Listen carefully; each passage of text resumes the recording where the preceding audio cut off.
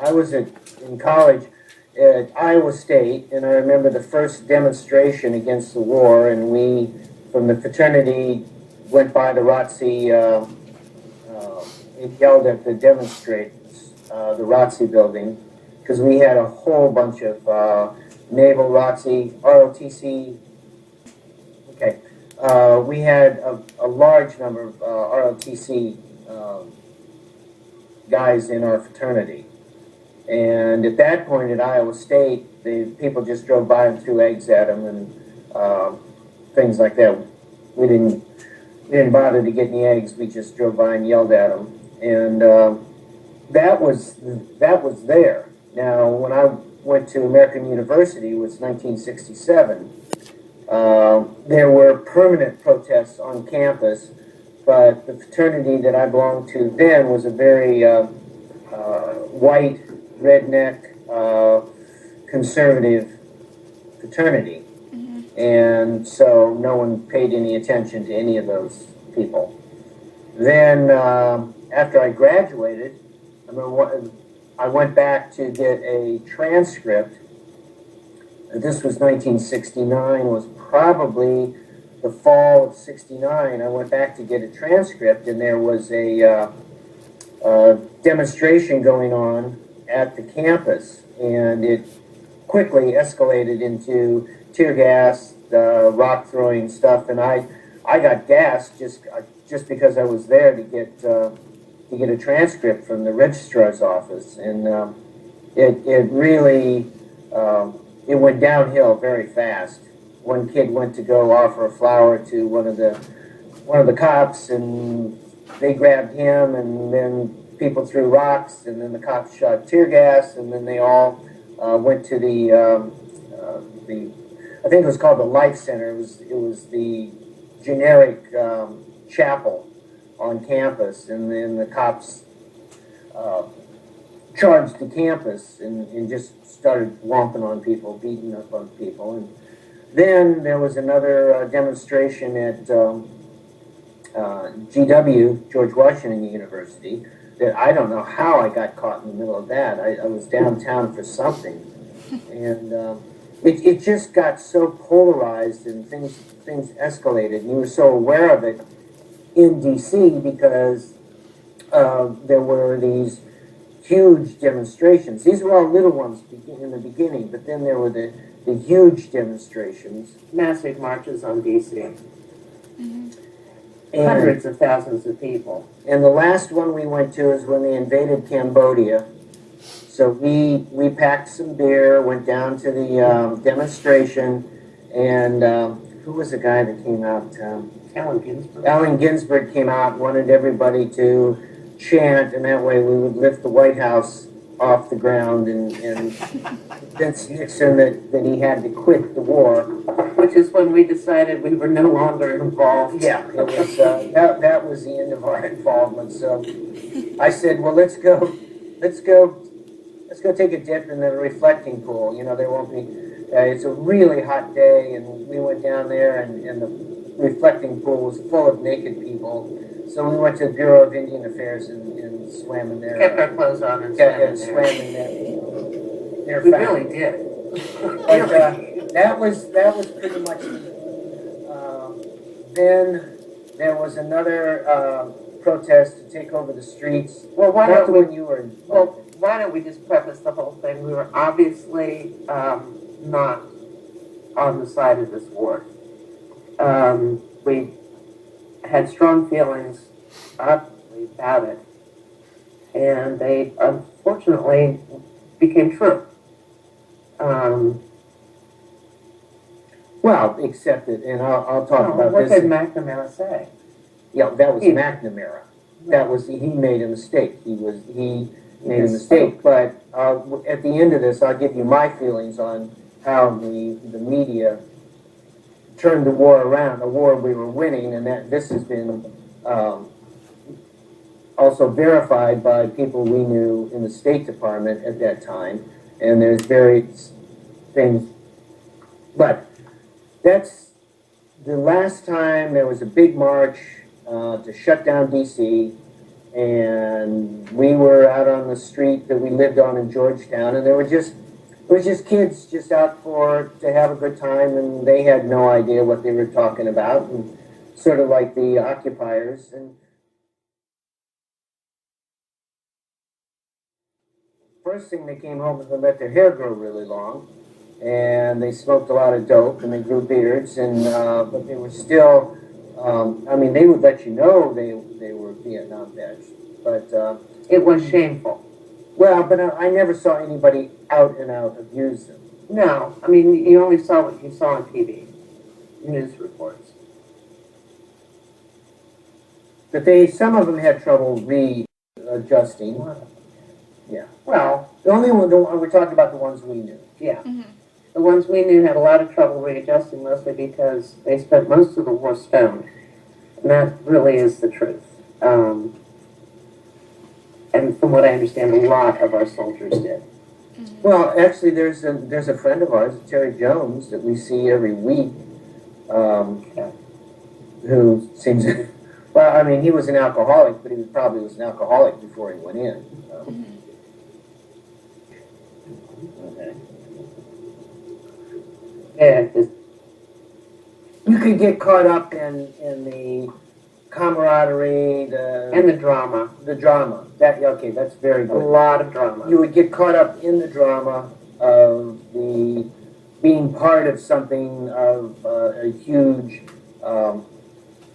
Society was changing, and that was probably more important. Well, no, that's not true. But society was definitely, obviously changing. And it was just a very heavy time. It just, you didn't. I'm saying about people that say they remember the '60s weren't there. Everyone, oh yeah, the '60s were great, most of what they talk about happened in the '70s, not in the '60s. That's true. It was still a very conservative society in that time. But Except for there's DC. yeah, but that was the late '60s. Well, it was the 60s. Okay. Now, Emily, to talk about the guys that we knew that came back from war, we mainly knew them because we'd meet them in college. They came back and went to school. And when I was at Iowa State University, it was very important to keep your grade average above a 2.0, or else you'd get drafted. Now, I got drafted after when I was graduating, and flunked my physical. And at that point, they were taking everybody, but I flunked it as my hearing. It's really true. My tachycardia. But at that point, they were taking everybody, and I was just amazed because I inquired into going into officer training because I knew I was going to be drafted, but they wouldn't take me there because of my heart condition, my tachycardia. But the draft, they didn't mind that at all. It was the hearing. And when I was there, they actually took 5 people from our group they drafted Marines, which they had never done before. It was always drafted into the Army. So we're not dodging. We did know one guy who lived on Salem Court, Kurt Levon, went to Canada. My friend Jeff Shaw was a conscientious objector, which he got, through the draft board. It wasn't like he passed the test. Funny thing now is he does a lot of contracting for the military, and one group of special forces guys that he does their proposals for their private contractors in Afghanistan. But he was conscientious objector. Everybody was doing what they could not to get drafted, or you volunteered. You know, that was, Yeah. it was one or the Yeah. other. Yeah. We had a friend that thought he was gonna get drafted, so he joined the Marines. Mhm.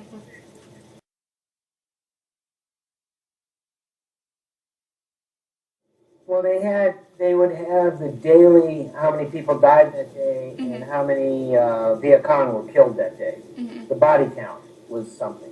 Mhm. During the war, they would announce how many civilians, but they wouldn't say, well, those civilians were killed by Army of North Vietnam or they were killed by Viet Cong. Right, that we weren't being told the Of whole course, we thing. weren't being told, nor are we being told now the whole thing Right. about any of it, and rightfully so. Mhm. I don't believe that the armies, the armed forces, can operate it. I think it would be incredibly dangerous for them to operate if we knew everything they were doing. Mhm. They couldn't operate. Right, but Impossible. I think Emily, you're saying that what was happening, not what they were doing, but we're told about, you know, the war powers from the Tonkin Bay incident. Mhm. That gave LBJ the war powers, Mhm. and you know, evidence shows it really was not an attack. You know, that it maybe shouldn't have had those war powers. So yeah, I agree with you. That was part of it that we felt like, oh, wait a minute, no, we're not being told the whole story. Yeah. We weren't. Mhm.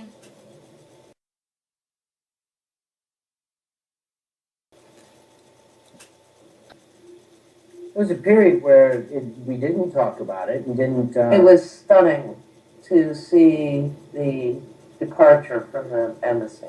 Mhm. And I think that brought a lot of people up short. I think they were stunned by that. Well, like Bill Murray said in that movie Stripes, we're the U.S. We're 10-1. You know, after Vietnam, and yeah, that brought people up short. And then there was not enough reporting of what happened with the re-education camps and the number of people that were killed. The only way it got reported is with the Vietnamese boat people, you know, trying to immigrate or trying to get anywhere other than Vietnam. And anyone attached to us they were just left in the mud. And you know, the Montagnards that supported us forever. We just, you know, They were bye. slaughtered. Yeah, they were just Pretty slaughtered. much slaughtered. The Highlands people. Then there just really wasn't, you know, in Cambodia when the communists took over there, the millions of people that were killed. And in Vietnam, they just slaughtered any re-education camp, which meant you were sent there and you either learned to be a communist or you were killed. And I've got to say that you've seen them. I have not seen any of the movies that you mentioned. To this day, I can't do it. Yeah. Yeah, it was a difficult time. Mhm. But I think there's been a reassessment, and for the longest time after the Vietnam War, we didn't want to get into another quagmire, and even Well, not be able to win it. yeah, Hello, get in it to Afghanistan, win. Pakistan, and Iraq. Mm-hmm. You know it. But we will never fight another war like that, and we're fighting the two we're in, with the one supposedly we're in now, differently. Mhm. Again, I told you about my dad a little bit, and he was destroyed by everything that was going on. And he will, you know, he would be just like Grandpa Ned. He would be C-SPANning it 24/7, 365. You know, that's it. Yeah, C-SPAN and Fox News. And Fox News. But he was destroyed by this whole conflict. And he refused to call it a war. He continued to call it a conflict. He was a great patriot. and was ashamed of our government. He was ashamed of not being able to fight a true war. Maybe they were calling it a conflict and he kept calling it a war. I don't know, a long time ago. And to see that in your dad, Emily, you can see your dad get destroyed like that is really difficult. Which, of course, made me start to think about everything. And question so much more than I ever would have. And I'm still questioning, and I'm so proud of you all for continuing questioning. I really am. Couple rocks. It's good. Good stuff.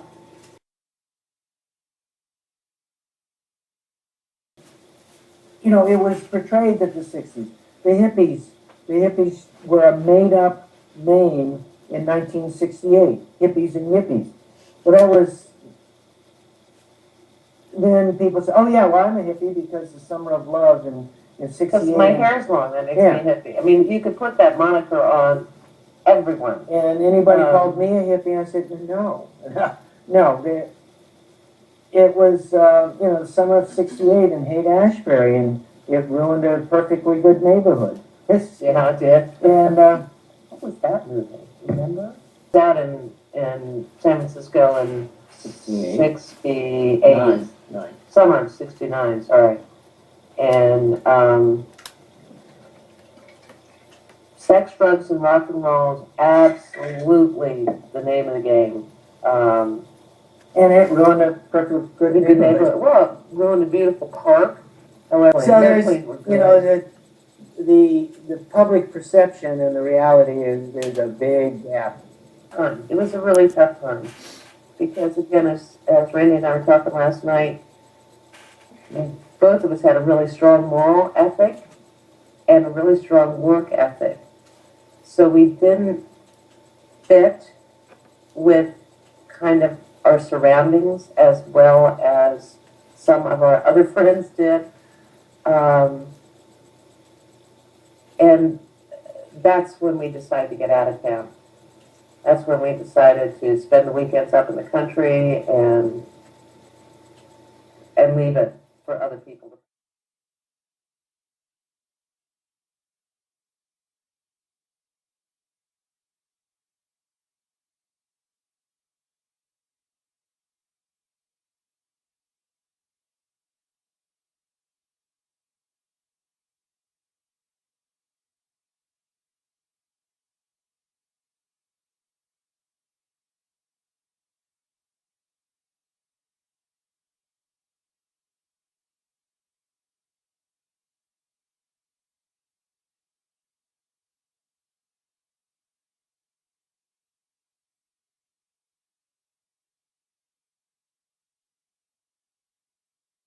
You have to realize that the State Department and the government viewed this as a peripheral part of the Cold War. The communists in China and in North Vietnam, and with Russian support that the North Vietnamese had, was part of the Cold War. But this conflict was a peripheral part. It wasn't as important as guarding against North Korea. It wasn't as important as the Russian movements in what they were trying to do in Europe. But it became consuming. Yeah, it became consuming, and it was, it got so that it was so important to some people, but it was not, as the whole scheme of the world and civilization went, it was a peripheral part of the Cold War. And the French ran away from it and left us holding it back. Well, we moved in. It was Kennedy's brilliant people, McNamara, one of them, that decided that we could go in and we could do it. Well, we could have, but we didn't. Pentagon's hands were tied. My dad was still alive. I mean, obviously, he died in '69. So he was obviously, he tried to get himself reinstated. He was a retired colonel, and they wouldn't take him, of course, because he'd had heart attacks. But I can remember him saying, "The Congress has hamstrung us. We cannot fight this war." The Democrats in Congress, after a certain point, anti-war Democrats just made the war unwinnable. And with the media at the time, which was back then, it was New York Times and the 3 stations. It has not changed. Yeah. Well, It's not well, it one has thing. changed. There's more information, more outlets. Yeah. But I mean, even the Tet Offensive. Tet Offensive was a horrible example because it was a disaster for the North Vietnamese.